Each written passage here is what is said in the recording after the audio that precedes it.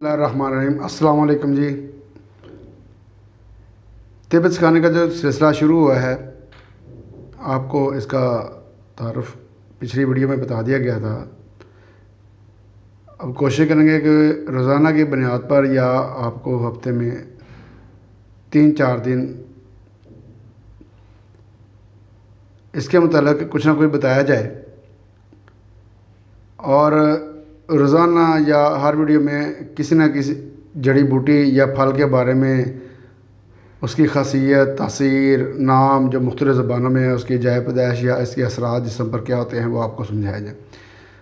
तो बिस्मिल्लाहिर्रहमानिर्रहीम शुरू करते हैं आम से। मैंगो आजकल वैसे भी आमों का मौसम है और माशाल्लाह बड़े खाए जा रहे हैं। हिंदुस्तान और पाकिस्तान का मशहूर फल है। अंग्रेज़ी नाम मैंगो है, गुजराती नाम आंबू है, फ़ारसी नाम अम्बा, अरबी नाम आम है। मकाम पैदाइश पाकिस्तान और हिंदुस्तान में ज़्यादा और अच्छी क्वालिटी का पैदा होता है। मजाज गर्म तर है अगर पका हुआ हो। कच्चा आम सर्द खुश्क होता है। अफ़ाल इसका ये है कि ये मकवी है, ताकत देता है, फ़र्द बख्शता है, खून पैदा करता है और मैदे के लिए अच्छी चीज़ है।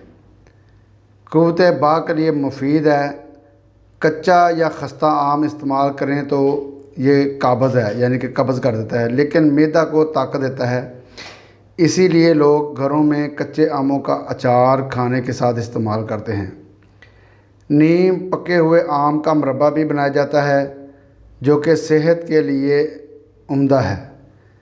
कच्चा आम खाना दांतों के लिए नुकसानदेह साबित हो सकता है, मगर अगर दस्त किसी को लगे हों और कोई दवाई मुयस्सर ना हो तो ये खाने से दस्त रुक जाते हैं। तो आज का हमारा ये मौजू था आम। तो इसके बारे में आपको इसकी सारी चीज़ें बता दी गई हैं ताकि आपको इसकी समझ आ जाए। अस्सलाम वालेकुम।